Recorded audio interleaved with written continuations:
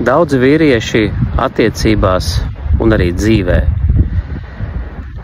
cenšas būt pareizi, paklausīgi, mierīgi, izvairīties no konfliktiem.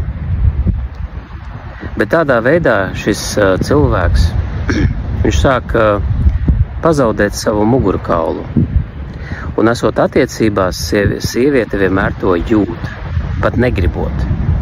Pat negribot, viņa sāk uztvert šo cilvēku par vājāku.